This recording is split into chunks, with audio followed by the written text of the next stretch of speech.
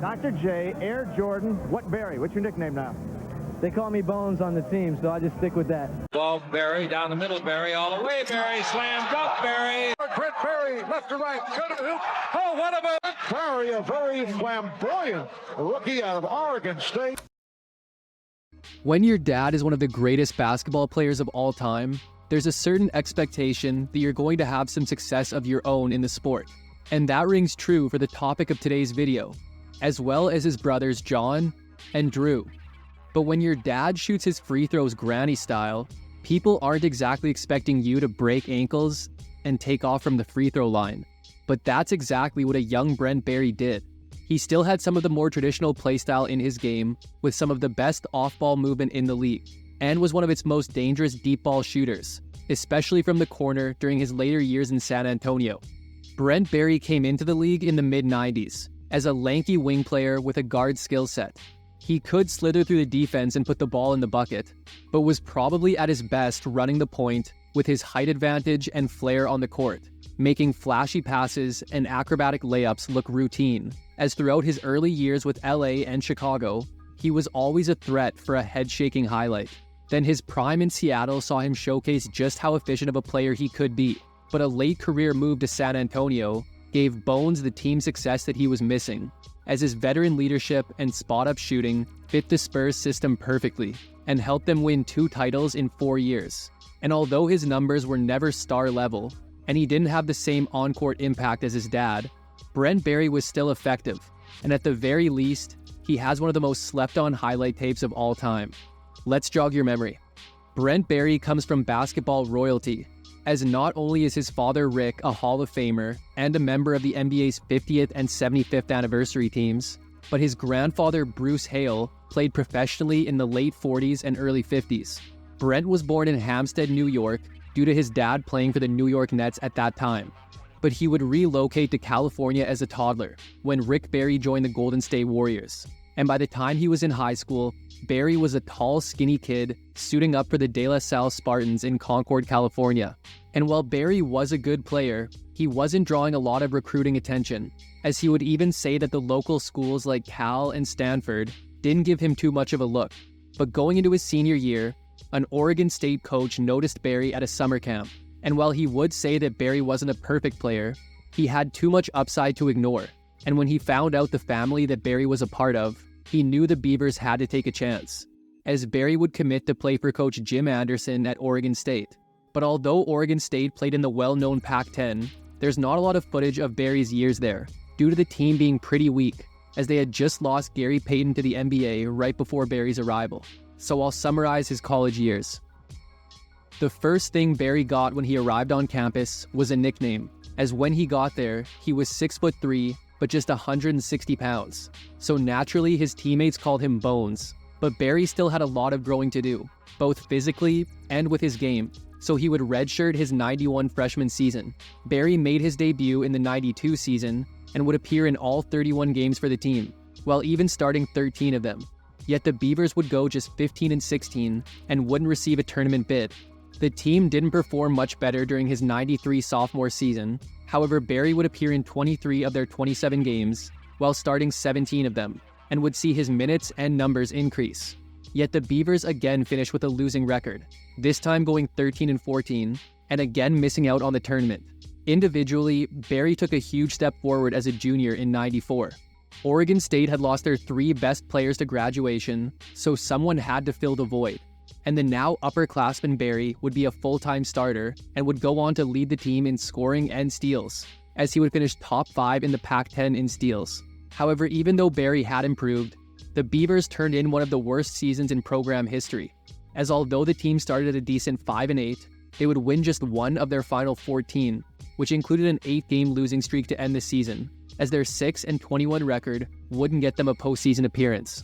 Barry had his best year yet as a senior in 95, as he would up his scoring and assist numbers, showing that he was capable of running an offense, while also leading the team in steals, and his career highs in scoring and assists would both be top 3 marks in the Pac-10, while his 153 made free throws would tie for the most in the conference. But even though Barry was looking like a legit talent, Oregon State had no depth, again making it difficult to win, as although they improved, their 9-18 record wasn't very impressive, as Barry had failed to make a postseason appearance throughout his college career. But he had now grown to about 6'6" and 185 pounds, and hoped that he had grown enough on the court to be selected in the 1995 NBA draft. Barry would be drafted in the first round, 15th overall by the Denver Nuggets, but was immediately included in a package to the LA Clippers for second overall pick Antonio McDyess, as Barry joined a Clippers team coming off a 17-65 season. Yet while the verdict was still out on how he'd perform on the court, the LA media was likely looking forward to Barry's arrival, as throughout his time at Oregon State, he hadn't been shy about speaking his mind, even if it was critical of both his teammates and his coach, with his Oregon State coach saying that he's not afraid to talk. But now he was in the NBA, and he had to let his game do the talking. The trade had also brought the Clippers Rodney Rogers, and a separate trade with the Nuggets had netted the Clippers Brian Williams, as these pieces joined swingman Malik Sealy, point guard Pooh Richardson, and big man Loy Vaught, as head coach Bill Fitch had plenty of young talent at his disposal, and Barry would find himself getting minutes throughout the first half of the season, as up until the All-Star break, his numbers had been solid, his efficiency had been good, and he had even been a starter in nearly half the games he played, partially due to injuries to other players. But Barry was able to show his versatility as a guy who could play the 1, 2, or 3, and he had been doing enough as a rookie to get him a spot in the Rising Stars game at AllStar Weekend, where he would bust out some flashy plays and showcase his hops. But it was at the dunk contest where he would really give fans a show. Barry was the leadoff man in the '96 Slam Dunk Contest, with the format seeing dunkers get a minute and a half each in the first round to rack up dunks and get a collective score. And Barry was getting going with some solid dunks, but after getting warmed up, he didn't wait long to bring out a showstopper. He's going to bring out the free throw line. Dr. J invented this dunk, I don't know how many years ago, Reggie, 20 years ago, and Brent Barry is going to do it in the first round. He's bringing it out. But you know what? You have to love it because it's still a tremendous lead.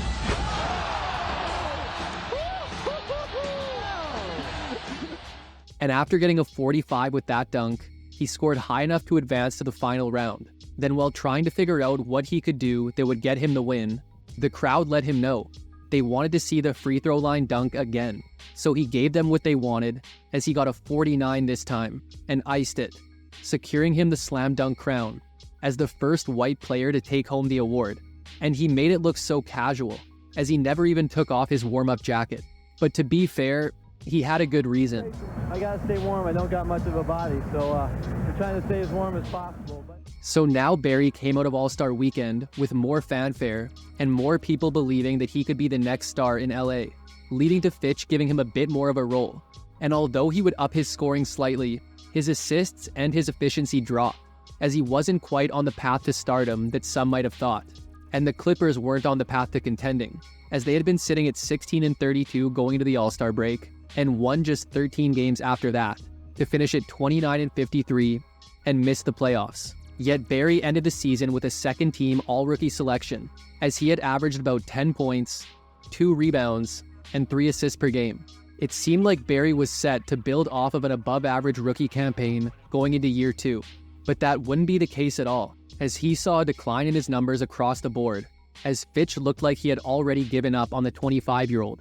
But Fitch was old school and didn't tolerate mistakes, and Barry was flashy, and now he had the fans behind him, so he wanted to give them a show whenever he was on the court, which in turn led to more mistakes. And Fitch suggesting that all the dunk contest did was put a target on his head, so more teams wanted to expose him. But Barry had been beat up this year. A thumb injury caused him to miss the team's first 14 games, and when he did make his debut, he was really struggling. He would decide against defending his slam dunk crown, with some seeing this as him being serious about the games that count, not about potential stardom and fame. But shortly before All-Star Weekend, he sprained his ankle, which again hampered him for a while, as overall he appeared in just 59 games and didn't start any of them. But he did look to be coming on near the end of the season, as over his final 19 games, he was averaging nearly 10 points with a nearly 3-to-1 assist-to-turnover ratio, as the Clippers were making a playoff push. And although they would finish 10 games below 500, they would still get the West's final playoff spot, to take on Utah in round 1. Game 1 would go about as expected, as the Jazz blew out the Clippers, with Barry receiving about 20 minutes off the bench, yet giving the team just 5 points. But he came back much stronger in Game 2, going for 13 points while hitting 3 shots from deep, and also adding 3 assists and 2 steals. And although the Clippers kept it close, they would still lose, heading back to LA on the brink of elimination. Barry's best performance came in Game 3, scoring 17 points in nearly 33 minutes off the bench, while adding 4 assists. But Utah had put the game away by halftime, as the sweep was complete and LA's season was over, with Barry's second year seeing him average about 7.5 points, 2 rebounds, and 2.5 assists per game. Barry came back in 1998 with a starting role due to the departure of Malik Sealy. So with Barry starting on the wing and getting some point guard minutes, he was putting together the best season of his young career, putting up then career highs across the board. And he came out of the gate on a tear, scoring double figures in 13 of his first 15 games, until he was sidelined by a calf injury for a few games.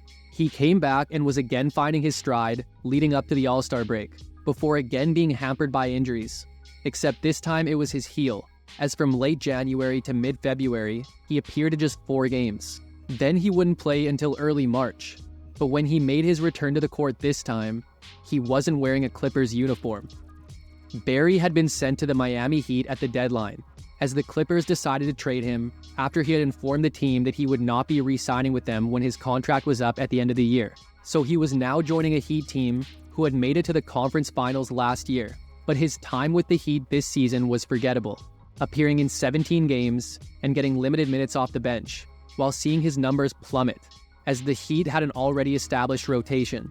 Then even though they finished at 55-27, Barry would be left off of the playoff roster due to difficulty learning the system and an ankle injury, as the Heat were bounced by the Knicks in round 1, with Barry's overall season ending with him averaging about 11 points, 3 rebounds, and 2.5 assists per game. But going into the lockout-shortened 99 season, Barry would be suiting up for his 3rd team in less than a year. Miami had reportedly offered Barry a contract, but he would decline, instead signing with the Chicago Bulls for 6 years and $27 million, as Barry was their first big free agent acquisition since the retirement of Michael Jordan just a few months earlier. But Barry wasn't going to fill those shoes. However, he would turn in a respectable season for a Bulls team who featured the league's worst offense. Chicago still had a couple holdovers from their second three-peat in forward Tony Kukoc and guard Ron Harper, with Barry acting as the team's 3rd leading scorer behind these two, while averaging then career highs in rebounding and assists. But this was also the worst shooting season of his career, going less than 40% from the field and about 30% from deep, as he would surpass 20 points just 3 times this season, but would record 1 double-double when he had 19 points and 11 assists in a February 28th defeat of Toronto. However, for the 3rd straight season, injuries prevented Barry from playing a large percentage of the games, as even with the lockout causing a 50-game season, Barry appeared in just 37 of them, including sitting out the team's final 5 games, as overall they went 13-37 and missed the playoffs, with Barry's year seeing him average about 11 points, 4 rebounds, and 3 assists per game. But the Bulls made an offseason trade, which gave Barry's fizzling career the jumpstart it needed. In mid-August, Barry and his big contract were sent to the Seattle Supersonics, with Bulls GM Jerry Krause saying they were looking for more veterans, which came by way of acquiring 12-year vet Hersey Hawkins in the trade. So now Barry joined a Sonics team who featured power forward Ben Baker, but were led by another Oregon State alum in Gary Payton. And year 1 in Seattle would see Barry start in the backcourt alongside Payton, as Barry would act as the team's 3rd leading scorer on a then career-high average. Yet it wasn't a huge jump from his year in Chicago, but he had also upped his rebounding and assist numbers again, pulling down nearly 5 boards per game as a shooting guard, with the ball-handling ability to kick off the break and score or assist on transition buckets. But the biggest encouragement in his play was his efficiency, as after years of subpar shooting to begin his career, he would shoot a respectable 46.3% from the field, along with an impressive 41.1% from deep, while attempting a career-high 5 3-pointers per night, as he would even be the league leader in effective field goal percentage. So although he wasn't a game breaker on offense, he wasn't hurting you, at least not on that side of the ball, as Barry didn't have the reputation as the best defender, but could still give you size and length on that side of the ball, which led to some steals. But overall, Barry was seeming to find his fit, hitting double figures in 54 games, while recording 2 games with at least 10 assists. And after a .500 season last year, the Sonics improved this year, as they would go 45-37. Yet they weren't looking great going into the playoffs, as they won just 5 of their final 15, with Barry being shifted to a bench role near the end of the year. But Barry was back in the playoffs, and was again taking on the Jazz. Barry would have a solid start to the series with an 11-point Game 1, but would then score a combined 11 points over his next 2, as after 3, the Sonics were down 2-1. But Barry had started Game 3, and would start Game 4, as with the Sonics facing elimination, he went for 16 points, 4 rebounds, and 3 assists in a win. But the series-deciding Game 5 saw Barry go ice cold, hitting just 1 of his 8 shots, and finishing with 4 points in a loss. As Barry's first year in Seattle ended, with him averaging about 12 points, 4.5 rebounds, and 3.5 assists per game. Barry began the 0-1 season injured, and when he did return, he was losing minutes to rookie Desmond Mason, and overall had lost his starting spot, with the third-year Rashard Lewis showing major improvement. And the Sonics had made a huge offseason splash on top of that. After 15 years in a Knick uniform, Patrick takes his 23,000 points and 38-year-old knees to Javaland. So it looked like Barry could again be on his way out. But things changed after 15 games, when head coach Paul Westphal was let go and replaced with Nate McMillan. And McMillan would have Barry start the majority of his games from late December until late February. And his efficiency and production in that time was incredible, until an injury caused him to miss 8 games and return to a bench role. But overall, Barry would shoot nearly 50% from the field, while putting up a league-leading 47.6% clip from deep.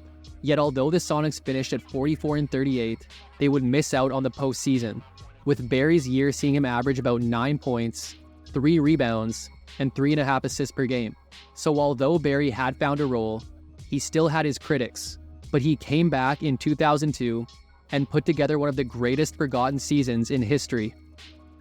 With Seattle starting the year with McMillan at the helm, Barry was again made a full-time starter and would turn in the healthiest season of his career, playing and starting in 81 games and looking like a jack-of-all-trades on offense. Barry gave the team 3-level scoring, whether it was a catch-and-shoot 3 or coming off a screen for an open mid-range look. And even though he was finishing more drives with layups than dunks, his ability to get to the hoop was still present. Then there was his ball handling and passing, as he could both run the break or get guys involved in the half-court game.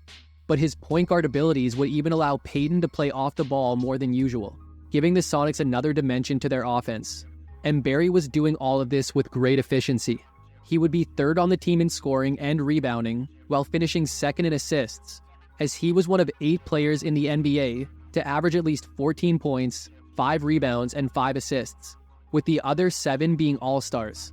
And then there was his production and efficiency, as he led the league in effective field goal and true shooting percentage, and had the NBA's highest offensive rating, as he would even finish top 5 in most improved player voting. Barry would hit double figures in 63 games, including dropping a career-high 31 points in a November 27th defeat of Minnesota, and then doing it again in a March 15th loss to Washington, while also recording a career-high 8 double-doubles. The Sonics would get off to a disappointing 10-15 start, but after a 6-game win streak got them back above 500, they would stay there for the rest of the season, as they finished at 45-37 and made a return to the playoffs, with a matchup against San Antonio. Unfortunately, Barry would not be able to replicate his regular season production, as after 4 games he was averaging less than 7 points and shooting below 39% from the field. Yet the Sonics and Spurs were tied at 2 games. And although Barry would have his best game of the series in Game 5, with 12 points while going 4 for 6 from deep, the Spurs won in a blowout, as Barry's season had ended with him averaging about 14.5 points, 5.5 rebounds, and 5.5 assists per game. The 2003 season started with the same-look Sonics team, led by Gary Payton, and featuring Barry as his backcourt mate. Barry wouldn't have the same lights-out shooting performance this year, and overall saw a decrease in his scoring due to lower usage. But over his first 45 games, he was still shooting with good efficiency and averaging over 4 rebounds and 4 assists, and had gotten a chance to show his 3-point prowess as a participant in the 3-point shootout at AllStar Weekend, making it to the final round. And although he didn't win, Barry still played to the crowd in only the way that he could, while once again never taking off his warm-up. But in Seattle, contract disagreements were affecting the relationship between Payton and the Sonics, with the team sitting in an underwhelming 22-30 around the deadline when the news hit. On February 20th, the Sonics and the Bucks would swap stars, with Payton going to Milwaukee and Seattle receiving Ray Allen in return. And with this trade being completed, the Sonics needed a new starting point guard.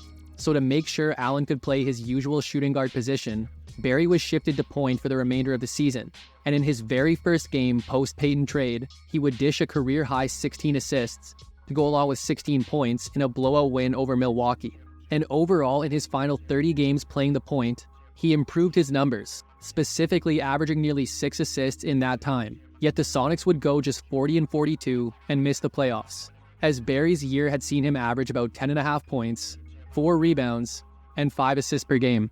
The 04 season saw Barry continue his very efficient offensive play. However, his numbers dropped, with most of the Sonics' offense coming from either Ray Allen or Rashard Lewis. And even with Barry rotating between the 1, 2, and 3 this year, he was still able to put up a career-high assist average, with so many great shooters around him, as he would lead the team in that category. But the Sonics weren't producing wins like many were hoping, as after 44 games, they were sitting at just 22-22, when Barry was sidelined with a broken finger, which kept him out for 20 games. And in that time, the Sonics went 5-15, and didn't have enough time to recover when Barry came back, finishing the year at 37-45 and missing the playoffs, as Barry's season ended with him averaging about 11 points, 3.5 rebounds, and 6 assists per game. But now Barry was set to turn 33 the following season, and all he wanted to do was win.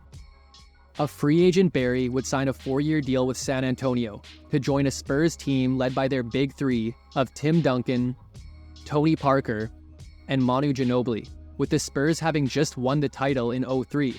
But with an established starting lineup, which also included Bruce Bowen, Barry was no longer going to be a starter.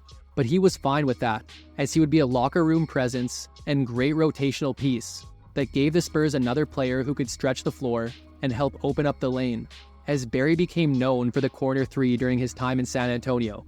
With lower minutes, Barry was able to stay healthier this year, playing in 81 games while being one of 2 players on the team to make 100 threes. And Barry finally got a chance to feel what it was like to be on a real contender, as the Spurs would ride their top-ranked defense to a 59-23 record and the second seed in the West, as they would get a first-round matchup with Denver. Although the Nuggets would steal Game 1, the Spurs got back on track quickly, with Barry moving into the starting lineup and dropping 16 points while making all 4 of his threes in a Game 2 win. Then although Barry didn't have a huge impact the rest of the series, the Spurs would wrap it up in a gentleman's sweep. The second round brought Barry's former team, and he would average 10 points over the first 2 games, as San Antonio won both. Then after Seattle tied the series, Barry would return to the bench for the remainder of the playoffs, and the Spurs would win the next 2, as they advanced to a conference finals matchup with Phoenix and league MVP Steve Nash. Game 1 of this series would be Barry's best of the postseason, as he came off the bench to drop 21 points, which included 5 3-pointers, as the Spurs took Game 1. Then they won the next 2 to take a commanding 3-0 lead. Then although Phoenix avoided the sweep, San Antonio wrapped it up in 5, as they were making a return to the finals to take on the defending champion Detroit Pistons. Barry would get solid minutes in this series, but his impact came in his floor spacing more than on the stat sheet. However, he did dish 5 assists in Game 2, as the Spurs went up 2-0. Then in Game 3, Barry was forced into the game early after a Ginobili injury, as he would enter and sink a 3. And even though Ginobili returned, Barry finished with 10 points. Yet Detroit won, and then won Game 4, and were on pace to take a 3-2 lead, if not for a clutch Robert Horry 3-pointer in overtime to give the Spurs the win. Then even though they couldn't wrap it up in Game 6, they would outlast the Pistons in Game 7 to secure the franchise's 3rd title and give Barry the first ring of his career, as Barry wrapped up the season with averages of about 7.5 points, 2.5 rebounds, and 2 assists per game.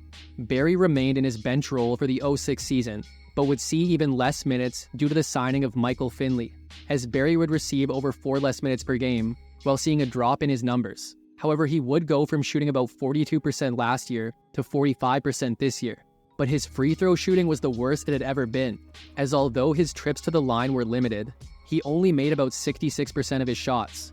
But for the season, he would still be able to hit double figures in 23 games, and as long as the Spurs had their big three, they would be contenders, as their dominant defense would lead to them finishing with the West's best record at 63-19, as they would enter the playoffs with a first-round matchup against Sacramento. And after a quiet performance in a Game 1 win, Barry was the X-factor in Game 2, as he scored 22 points on 8 of 12 shooting, which included him hitting a game-tying 3 in the final seconds to force overtime, as the Spurs would win in the extra frame to take a 2-0 lead. Yet they would drop the next two, but would eventually wrap it up in 6, with Barry scoring 12 points in the series clincher, as San Antonio advanced to a second-round matchup with Dallas. Although Barry would start 2 games in this series, he would be pretty quiet, with his best performance coming in a Game 2 loss when he had 12 points, as this series is best remembered for Tim Duncan and Dirk Nowitzki's legendary battle, with Dirk getting the last laugh, as the Mavs won in 7, and Barry ended his year with averages of about 6 points, 2 rebounds, and 1.5 assists per game. It was the same look Spurs in 07 with their same calling card of a dominant defense, allowing the least points in the NBA. But offensively, Barry would have his best year as a Spur, putting up his highest scoring average since leaving Seattle, as he would shoot over 47% from the field and nearly 45% from deep, even finishing top 3 in the league in three-point percentage. And he would also get more time as a starter, as he, Finley, and Ginobili all cycled in and out of the starting lineup, with Barry's 28 starts being his most in 3 years. And the Spurs were one of the league's hottest teams as the year wore on, with them going 25-6 over their final 31 to finish with a 58-24 record and a first-round matchup with Denver. Barry would see a major role decrease in these playoffs, as over a 5-game first-round series with the Nuggets, he was getting less than 9 minutes a night and scored a combined 9 points. But after dropping Game 1, the Spurs won the next 4 to move on to a second-round matchup with Phoenix. Again, Barry's usage was minimal, as he went scoreless in 4 of the 6 games, yet would go for 12 points in a Game 4 loss. But in the end, San Antonio would wrap it up in 6 to advance to the conference finals to take on Utah. Although Barry would only appear in 4 of the 5 games, he would get at least 12 minutes in every one of them, and score 9 points on 2 occasions, as the Spurs would make quick work of the Jazz with a gentleman's sweep, setting up a return to the finals to take on a Cavs team led by a young LeBron James. But the Cavs were no match for the experienced Spurs, as Barry would average 3 points a night across a 4-game sweep, as the Spurs were again on top, and Barry could add another ring to the collection, with Barry's season ending with him averaging about 8.5 points, 2 rebounds, and 2 assists per game. 2008 would be an abbreviated season for Barry, as in late December, after appearing in 24 games, he would tear his calf, and after that would appear in just 5 more games before he was traded to Seattle at the deadline. But Seattle would immediately waive Barry, and about a month later he would re-sign with the Spurs for the playoffs, as they would finish with a 56-26 record and get a first-round matchup with Phoenix. Although Barry didn't produce much in this series, he got respectable minutes as a floor spacer and helped the Spurs beat the Suns in a gentleman's sweep, as round 2 brought a young Hornets team. And although Barry would go for 14 points in Game 2, the Spurs fell behind 0-2, yet they were able to save their season and take the series in 7 games, setting up a conference finals return, this time to take on Kobe Bryant and the Lakers. And after 3 games, Barry had scored a combined 13 points, and the Spurs were down 2-1. But then Barry exploded in Game 4 for a playoff career high of 23 points while hitting 5 3-pointers. Yet the Spurs would lose by 2. Then Game 5 would see Barry put up an efficient 11 points. However, the Lakers ended the Spurs' year with a win, as Barry's shortened season had seen him average about 7 points, 2 rebounds, and 1.5 assists per game. But now, Barry's time in San Antonio was actually over. In the offseason, Barry signed a 2-year deal with Houston, making him the 3rd member of his family to suit up for the Rockets. And a soon-to-be 37-year-old Barry would understandably play a small role on the team, appearing in 56 games over the course of the season, while getting about 15 minutes a night. But Texas NBA teams in the mid to late 2000s were all dangerous, as the Rockets would turn in a 53-29 record, which would get them a first-round playoff matchup with Portland. However, Barry would only appear briefly in a blowout Game 1 win, but Houston would still take the series in 6 to advance to a second-round matchup with the Lakers. And once again, Barry's minutes came during garbage time, as he would appear in 3 contests, Yet the Rockets would push the Lakers to the brink before falling in Game 7, as Barry's year had seen him average about 3.5 points, 1.5 rebounds, and 1.5 assists per game. Shortly before the start of the following season, the Rockets waived Barry, and that marked the end of his playing career. However, he would transition into a broadcasting career, which wasn't too surprising, as Barry had shown a natural charisma even in his earliest years as a pro, never seeming nervous behind the camera or in interacting with fans, as Barry would become a member of the starters on NBA TV, even getting his own segment with a name that he likely came up with, while also spending time as a broadcaster with TNT, before taking up a job in the Spurs front office and later becoming an assistant coach in Phoenix. On the surface, Brent Barry had an average career and isn't even the best player in his own family, but he's one of those guys who could have done more if he was really let loose. His early years in Los Angeles provided some of his most exciting highlights, but also had him in a situation where he couldn't make mistakes. Then after finally getting some stability in Seattle, he shed some of the flashy play and became one of the league's most efficient players. Yet with the Sonics featuring more established players, his usage was pretty low. But conversely, that likely also helped with his efficiency. Then after joining the Spurs, Barry accepted a bench role without issue and was a valuable member of a couple Spurs championship teams. And while no part of Brent Barry's career is spectacular, he went from being a marked man after winning the dunk contest in LA to a respected veteran role player in San Antonio, eventually being able to call himself a champion.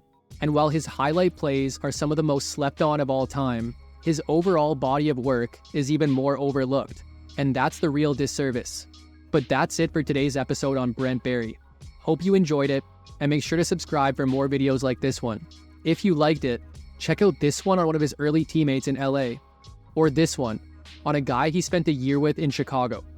Thanks for watching, and see you next time.